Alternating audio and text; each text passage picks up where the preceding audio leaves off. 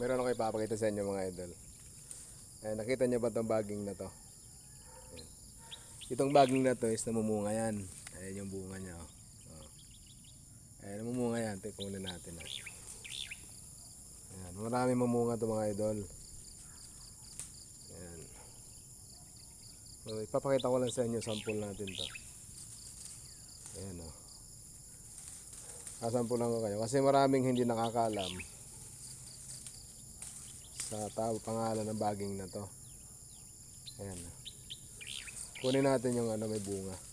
Ayan. Yung may bunga ang kunin natin.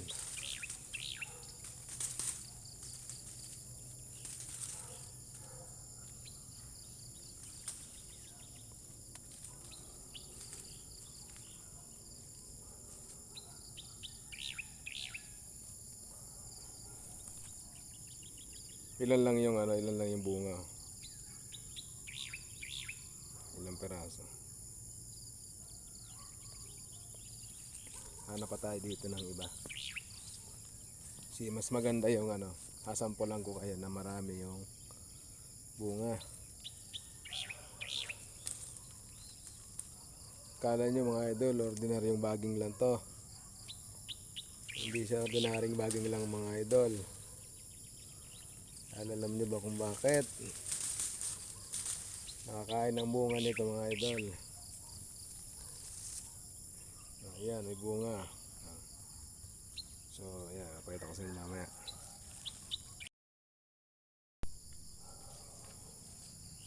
Ayan. Ayan, di ba may bunga siya? Ayan, maliit yung bunga niya. Ang bunga nito mga idol. Ayan, alam nyo ba kung ano ginagawa dito? Ayan. Kinakain ito mga idol.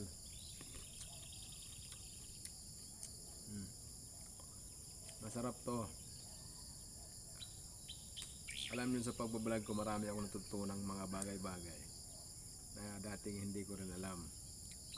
So, na-discover natin to. Dali. May nago tayong na-discover mga idol na. Ayan na.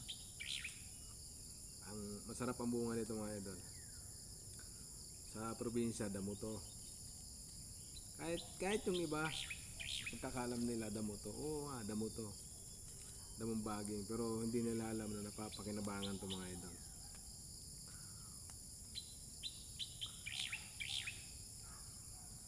Kunin natin tong bunga.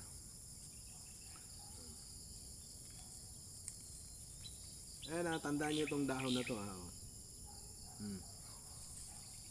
Tandaan nyo yung dahon niya, itsura ng dahon niya. Yung mga sanay galing sa bundok at bukid, alam nila tong baging na to. Pero hindi nila alam na kinakain ng bunga nito. Yan, yun ang hindi nila alam. Ito yung bunga niya. Diba? Nakita nyo, ito yung bunga niya. Kinakain yan mga idol.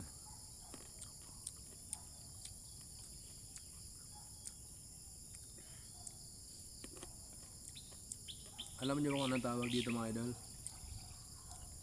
Ito yung wild pipino mga idol. Ganito lang sadya kalaki ang bunga niyan.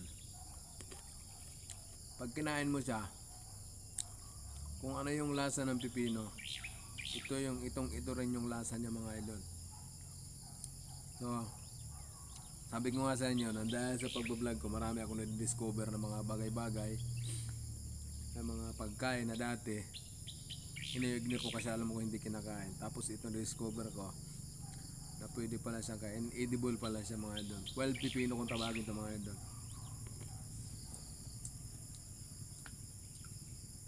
Kung ano yung lasa ng pipino, ganito rin yung lasa niya, ganito din. Walang pagkakaiba yan mga idol. Sarap. Pag ganitong malambot na, huwag nyo nang kainin kasi pahinog na yan. Yung masarap kainin nito yung malutong. Yan. Masarap. Ito. Tandaan nyo yung dahon na to ha. Kung mapapansin nyo yung original na pipino, ganitong dahon. Tapos yung amoy ng dahon niya pag gano'n nyo. Pipinong-pipino yung amoy niya. Tapos yung lasa ng bunga, pipinong-pipino. Ayan, ito yung wild pipino mga idol. O ngayon, nakakuha na naman kayo ng idea. Diba? Marami tayong na-discover ng mga bagay-bagay na dati hindi ko rin alam kahit laki ako sa bundok o laki ako sa bukid. Ayan. So ito ngayon ko lang discover. Laki na kain pala yung bunga nito. Tandaan nyo yung andahan nito.